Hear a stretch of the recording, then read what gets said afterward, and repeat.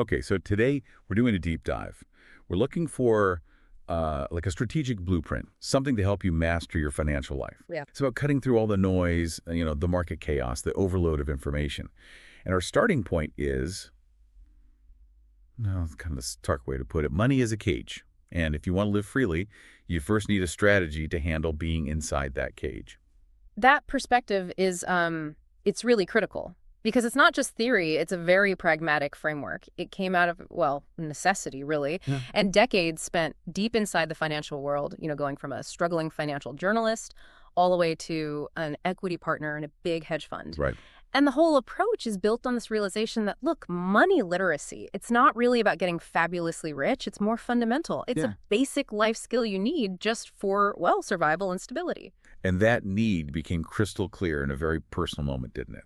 The source really highlights that time back in '97, standing in Brooklyn, living on, what, $38,000 a year, watching rats outside the apartment, holding his young son's hand. Yeah. That's powerful. Exactly. That was the moment. The point where he realized his income, his knowledge, it wasn't enough to even guarantee a safe, basic environment for his family. And that high personal stake, that's what gives this framework its weight, I think. It's driven by this fundamental need for shelter, for security, which brings us to that first sort of uncomfortable truth about money. It's just inherently stressful. Why is that? Because it's got this dual nature. It's the cash in your pocket now, but it's also about future potential. It's numbers on a screen, but it's also deep, powerful emotion.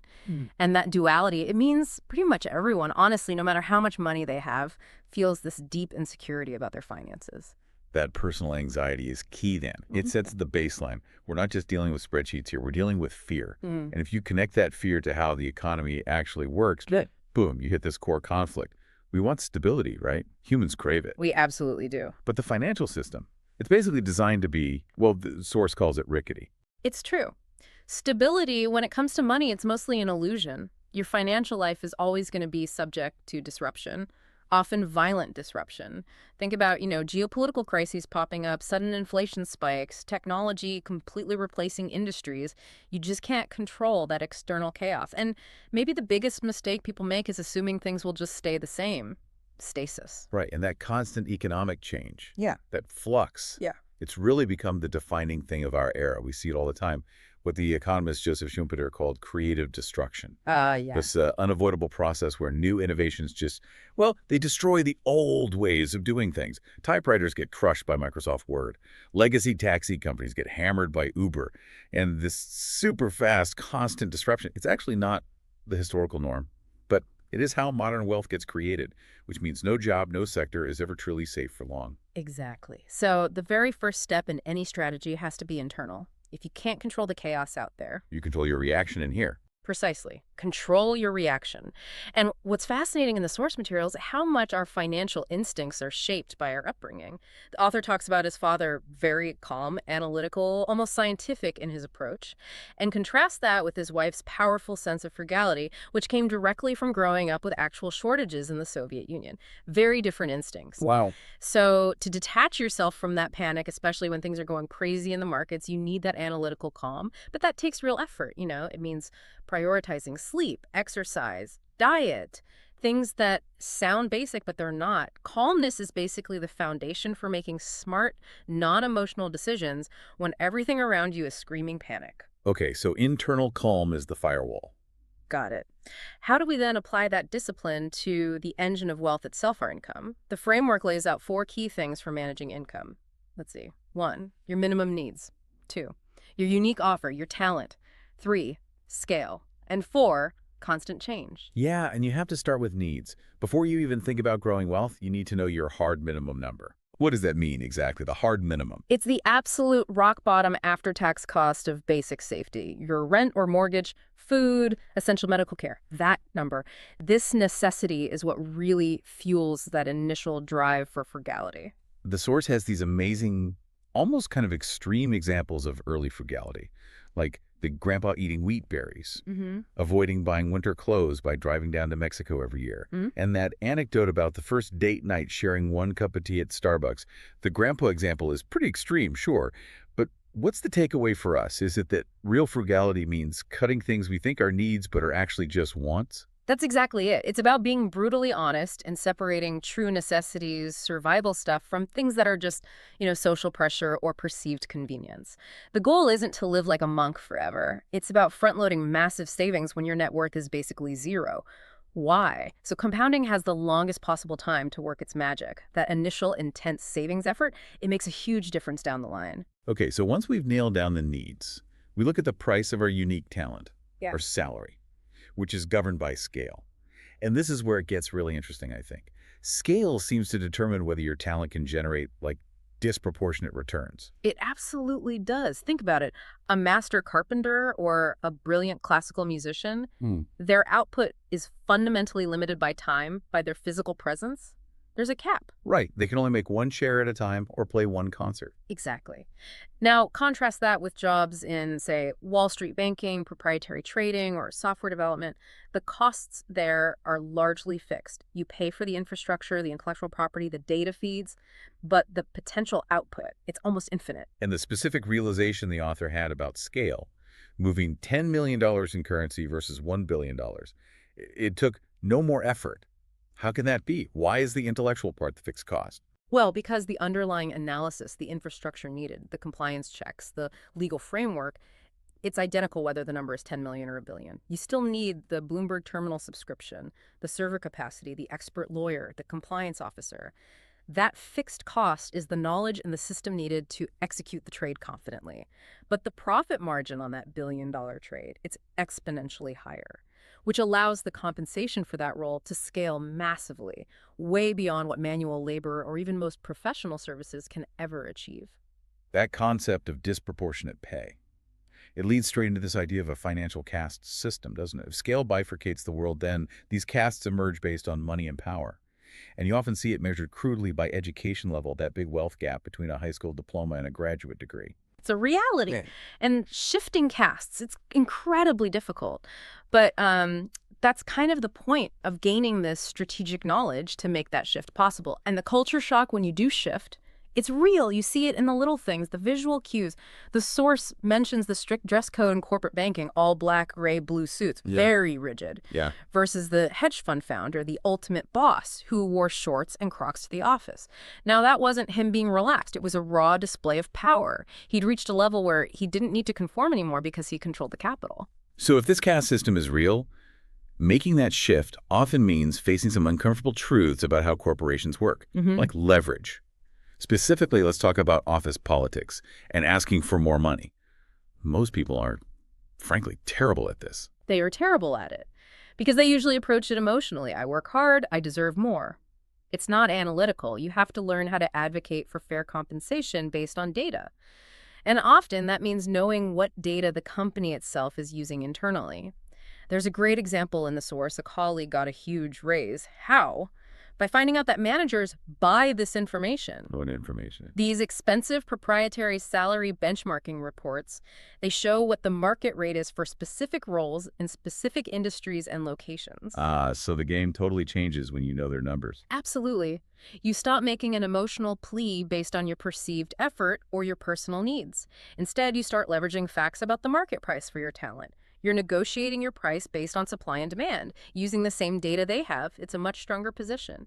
Okay, let's shift gears. Protecting that income stream you've negotiated.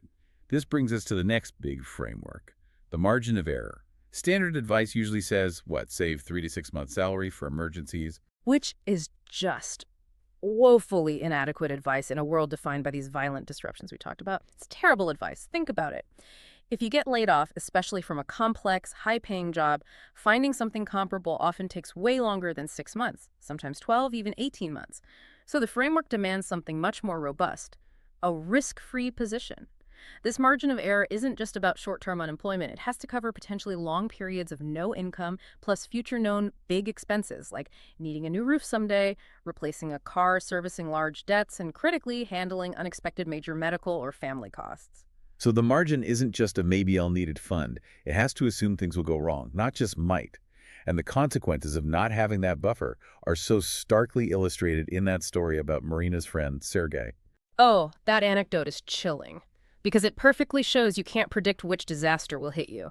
Sergei, this Russian businessman, he borrowed $125,000 for his company. Didn't have a big enough cash buffer. Then, wham, twin disasters, totally outside his control. First, COVID lockdowns wipe out his key Asian tourism revenue. Then the Ukraine invasion hits, leading to international sanctions. His business just evaporated. Poof, gone. He had fixed debt payments and zero income. He didn't fail because he was a bad businessman. He failed because he didn't adequately buffer against the inherent volatility of the global system. It's not about bad planning then, it's about planning for chaos. Okay, now Sergey's story highlights the danger of fixed debt when cash flow dies. But debt itself isn't always bad, is it? No, absolutely not. Debt can be an incredibly powerful tool. Specifically, using debt for home ownership is often the only practical way for many people to bridge the gap from being a renter to an owner. Moving between those casts, the author admits the initial mortgage caused intense anxiety, huge obligation. But that home purchase eventually turned into a major financial win only because external factors played out favorably. Specifically, interest rates fell sharply after the dot-com crash. That allowed them to refinance their initial, very high 7% mortgage down to 4%.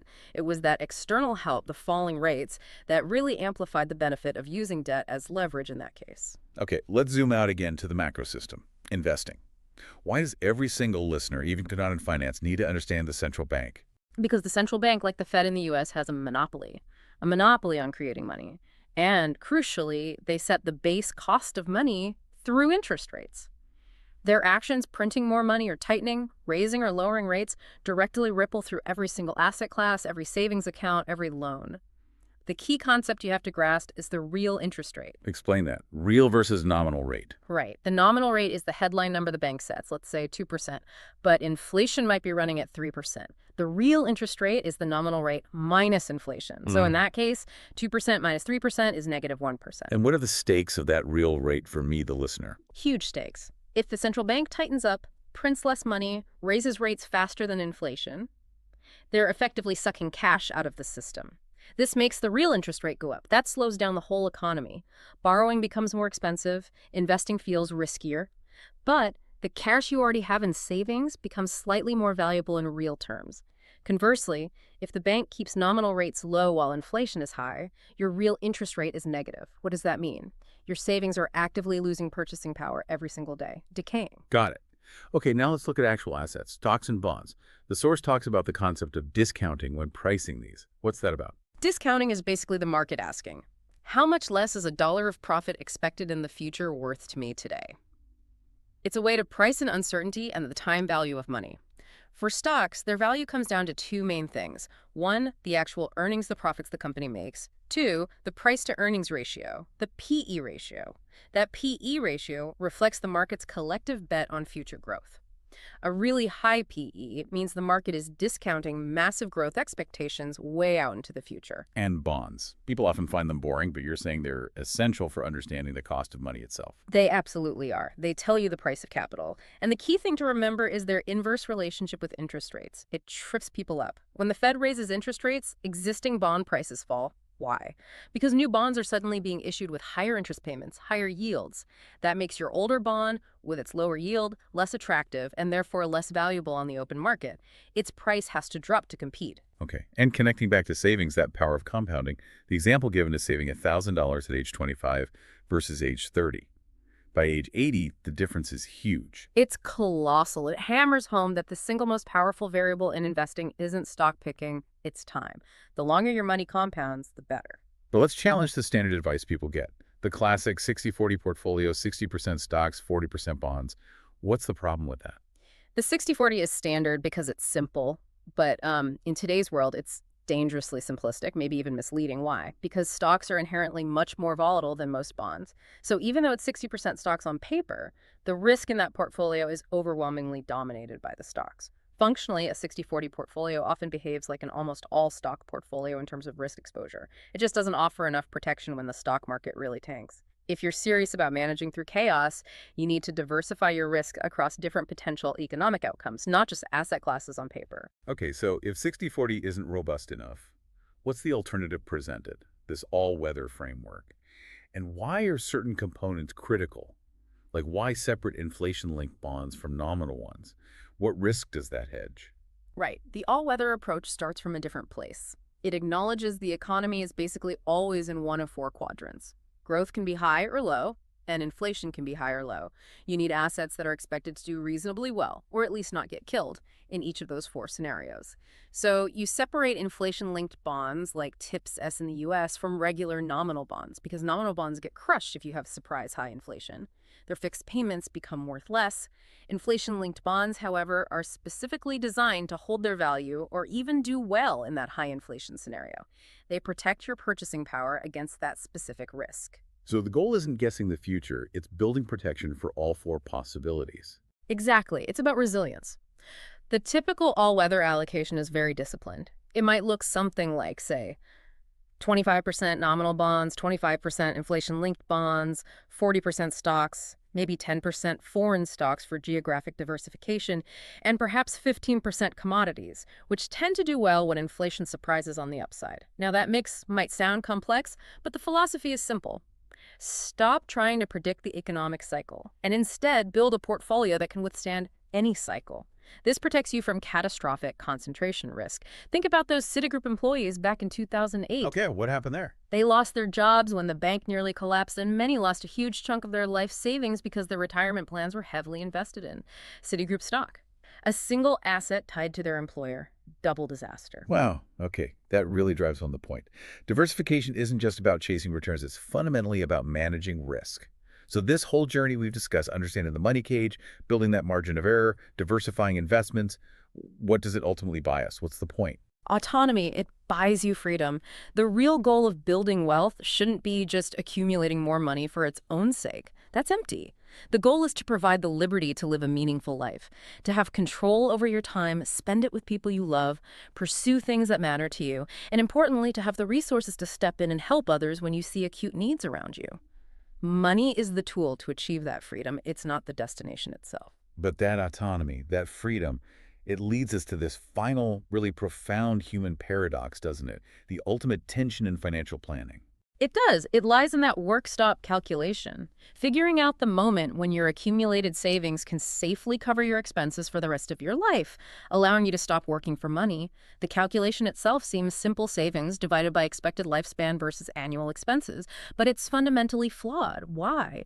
Because your life expectancy is completely unknowable. The author reflects on two really painful personal examples. A colleague who meticulously planned, retired early at 50, ready for decades of enjoyment, only to die suddenly at 56. He'd arguably been too cautious, saved too much, lived too little in those final years. Oh. And conversely, his own father, who planned for a normal lifespan but lived so long he almost outlived his savings, causing immense stress at the end. So you have to plan for a long life. But you have to live as if life might be short. That's the tension right there. That's the core tension. And it suggests that while money buys you the autonomy to potentially step out of the system, true wealth, true fulfillment requires maximizing two other crucial things. One is maximizing your health, because wealth without health is meaningless. And two is maximizing moments of awe. Awe. Yeah, those transcendent moments of connection, beauty, or perspective, like the experience described of standing in Moscow, feeling the weight of history, and suddenly realizing how small your own anxieties are in the grand scheme of things. Those moments feed the soul in a way money can't. So the final provocative thought for everyone listening is this. Knowing you must plan financially for a potentially very long life, but also live fully knowing life could be short. How does that reality change the balance? The balance between the money you save for that unknown future and the life, the experiences, the awe you choose to live today? That's maybe the ultimate question that defines real financial success. A profound question indeed. It really forces you to confront the why behind the whole saving strategy. What's it all for? It's a fantastic framework, a really valuable way to think about navigating this definitely rickety financial system. Keep analyzing, keep building that margin of error, and we'll continue this deep dive next time.